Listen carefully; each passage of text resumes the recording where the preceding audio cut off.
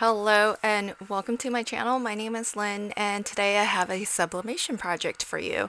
I'm going to make the garden flag, which is this month's blank of the month by ADHESIVES, and here are the supplies I'll be using.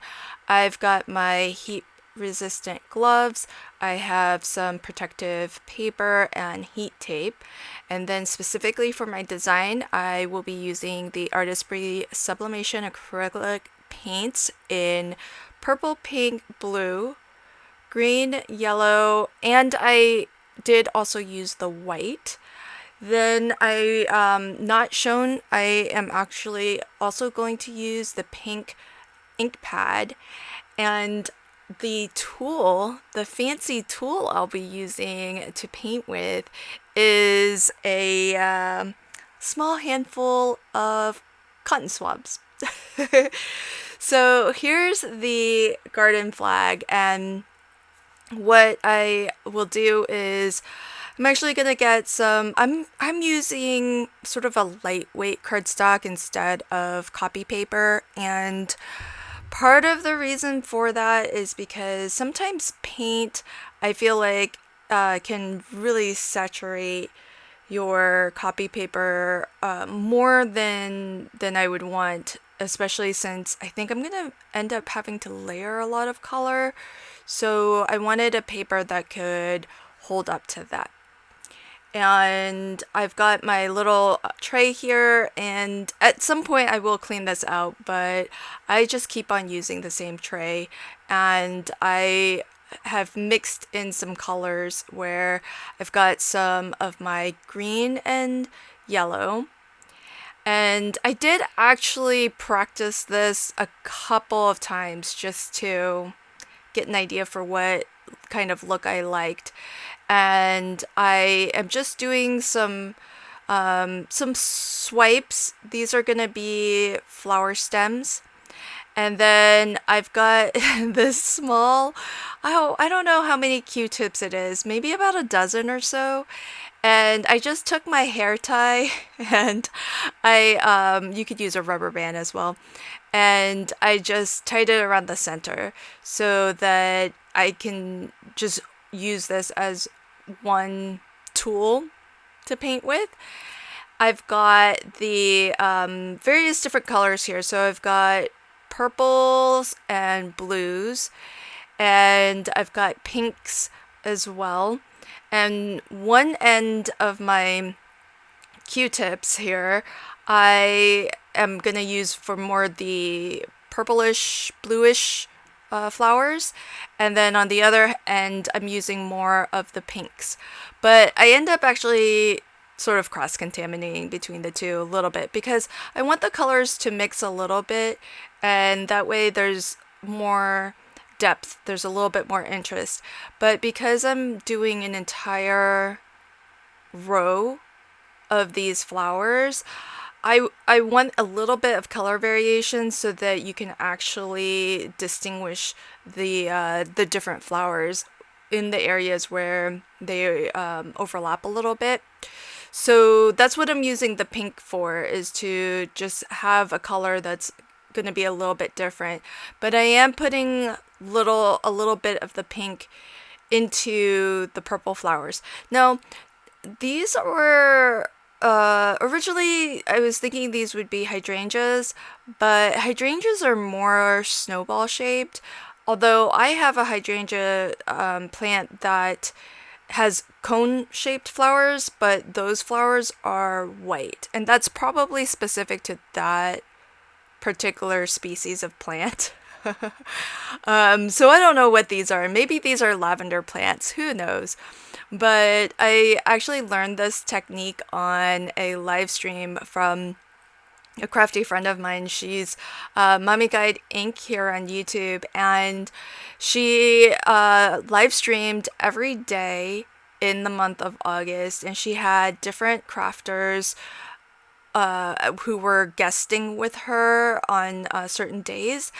And one of her guests, I think her name was Gretchen, and she taught this method for painting. And it's so super easy. So I did do some of the flowers more in a blue. And here I'm going in, see, I've added some whites. So now I'm going to go in with whites and help to kind of add some, like blending a little bit right over top so that you get a little mix of color, and it also helps to lighten some of those colors, but it does add some color variation too. And I think that helps to really create some depth, create some dimension.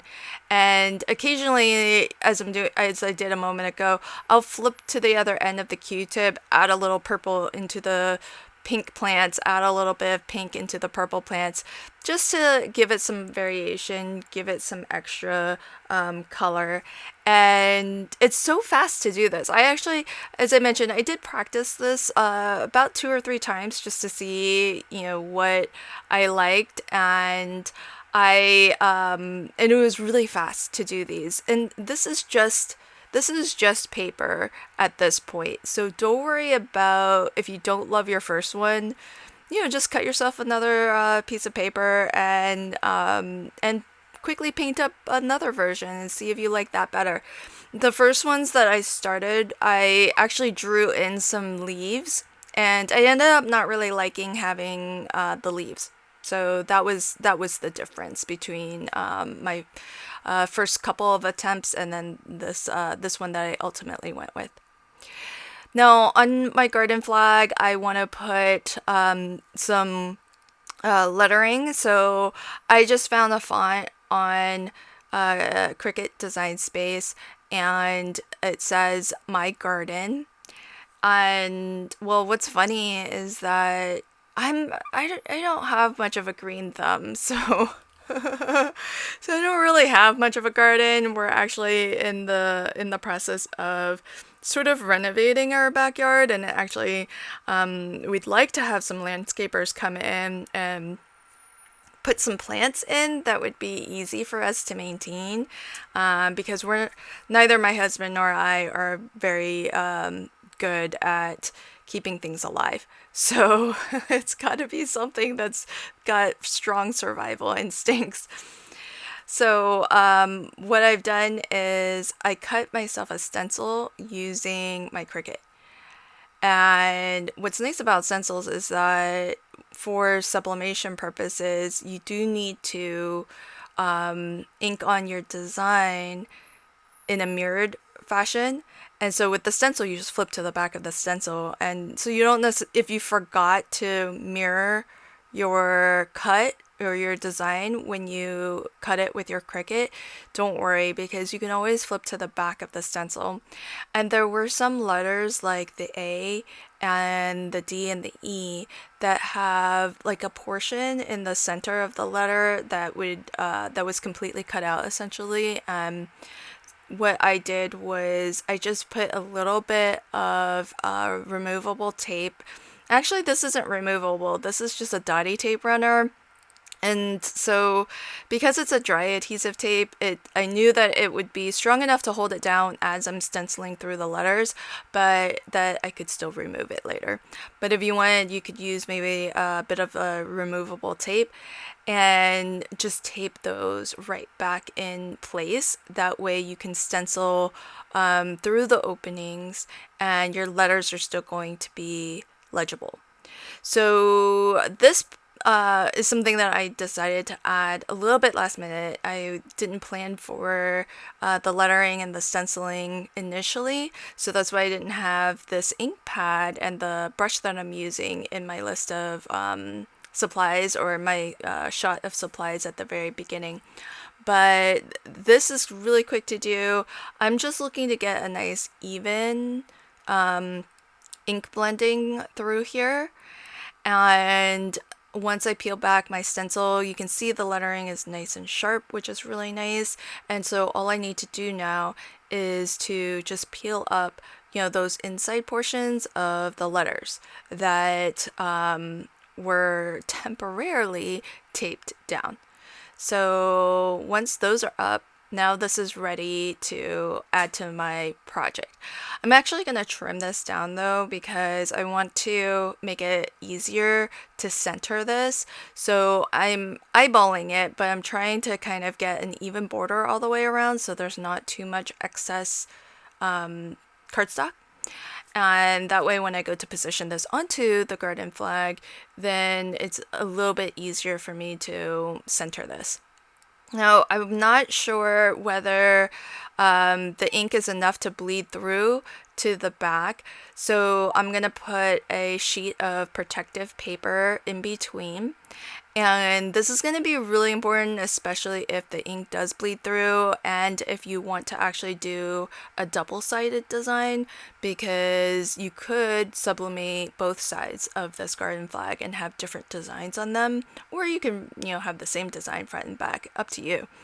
And so what I'm going to show is taping this down to my project, but in reality, what I did though was I did this for the purposes of this video, but when I took it to my heat press, what I did was I actually took this off and I did just a quick press of the garden flag by itself.